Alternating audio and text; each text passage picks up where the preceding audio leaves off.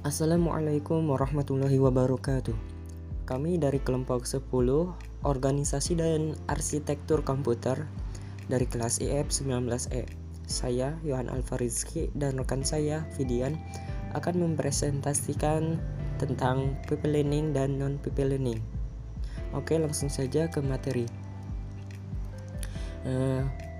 Pengertian tentang people learning. Apa itu people learning? People learning atau people learning adalah suatu cara yang digunakan untuk melakukan sejumlah kerja secara bersama, tetapi dalam tahap yang berbeda, yang dialirkan secara kontinu pada unit pemprosesor. Dengan cara ini, maka unit pemprosesan selalu bekerja.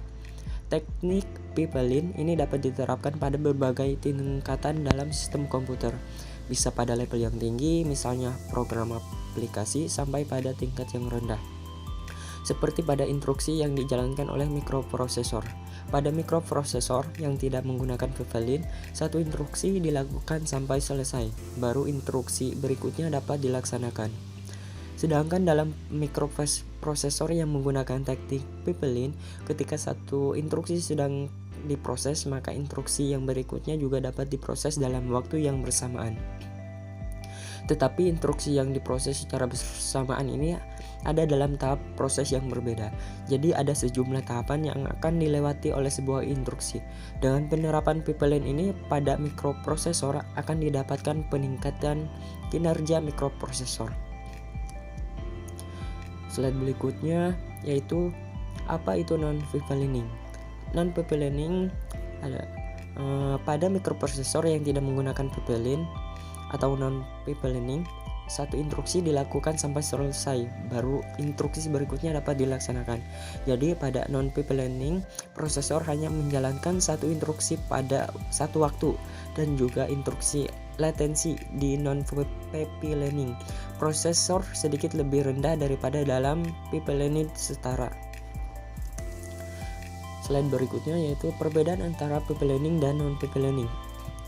Teknik people learning yang diterapkan pada mikroprosesor dapat dikatakan sebuah arsitektur khusus. Ada perbedaan khusus antara model mikroprosesor yang tidak menggunakan arsitektur people learning dan mikroprosesor yang menerapkan teknik ini. Pada mikroprosesor yang tidak menggunakan people learning, satu instruksi dilakukan sampai selesai, baru instruksi berikutnya dapat dilaksanakan. Sedangkan dalam mikroprosesor yang menggunakan teknik people learning, ketika satu instruksi sudah diproses, maka instruksi yang berikutnya juga dapat diproses dalam waktu yang bersamaan. Tetapi instruksi yang diproses secara bersamaan ini ada dalam tahap proses yang berbeda. Jadi ada sejumlah tahapan yang akan dilewati oleh sebuah instruksi. Misalnya sebuah mikroprosesor menyelesaikan sebuah instruksi dalam 4 langkah. Ketika instruksi pertama masuk ke langkah kedua, maka instruksi berikutnya diambil untuk diproses pada langkah pertama instruksi tersebut. Begitupun seterusnya. Ketika instruksi pertama masuk ke langkah ketiga, instruksi kedua masuk ke langkah kedua, dan instruksi ketiga masuk ke langkah pertama. Slide berikutnya, instruksi pada people learning. Terdapat 3 tahapan. Tahap pertama yaitu mengambil instruksi dan membufferkannya. Tahap kedua, ketika tahapan kedua bebas, tahapan pertama mengirimkan instruksi yang dibufferkan tersebut. Terus yang ketiga, pada saat tahapan kedua sedang mengeksekusi instruksi, tahapan pertama memanfaatkan siklus memori yang tidak dipakai untuk mengambil dan membufferkan instruksi tersebut. Terus kemudian konsep people learning. Konsep pemrosesan people learning dalam suatu komputer mirip dengan suatu baris perakitan dalam suatu pabrik industri. Ambil contoh suatu proses pembuatan sebuah mobil. Anggaplah bahwa langkah-langkah tertentu di jalur perakitan adalah untuk memasang mesin, memasang kap mesin, dan memasang roda dalam urutan tersebut dengan langkah arbitrari interstitial. Sebuah mobil di jalur perakitan hanya dapat memiliki salah satu dari 3 tahap yang dilakukan sekaligus. Setelah mobil memiliki mesin yang terpasang, bergerak ke bagian pemasangan kap, meninggalkan fasilitas pemasangan mesin yang tersedia untuk mobil berikutnya. Mobil pertama kemudian pindah ke pemasangan roda, mobil kedua untuk pemasangan kap, dan mobil ketiga dimulai untuk pemasangan mesin. Jika instalasi mesin membutuhkan waktu 20 menit, instalasi kap mobil memakan waktu 5 menit, dan instalasi roda membutuhkan waktu 10 menit. Kemudian menyelesaikan semua 3 mobil ketika hanya satu mobil dapat dioperasikan sekaligus akan memakan waktu 105 menit. Di sisi lain, dengan menggunakan jalur perakitan, total waktu untuk menyelesaikan ketiga adalah 75 menit. Pada titik ini, mobil selanjutnya akan datang dari jalur perakitan pada kenaikan 20 menit. Slide berikutnya akan dijelaskan oleh rekan saya, yaitu Pidian. Oke, jadi selanjutnya kita akan bahas masalah-masalah pada pipeline.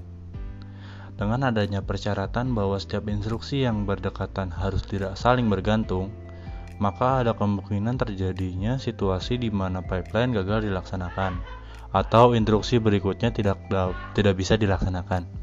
Situasi ini disebut hazard. Hazard mengurangi performasi dari CPU di mana percepatan ideal tidak dapat dicapai. Ada 3 kelompok hazard. Yang pertama, struktural hazard.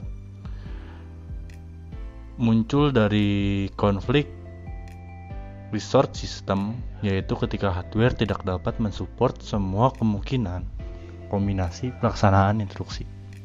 Yang kedua, data hazard muncul ketika data untuk suatu instruksi tergantung pada hasil instruksi sebelumnya. Yang keempat, control hazard muncul pada pelaksanaan instruksi yang mengubah isi.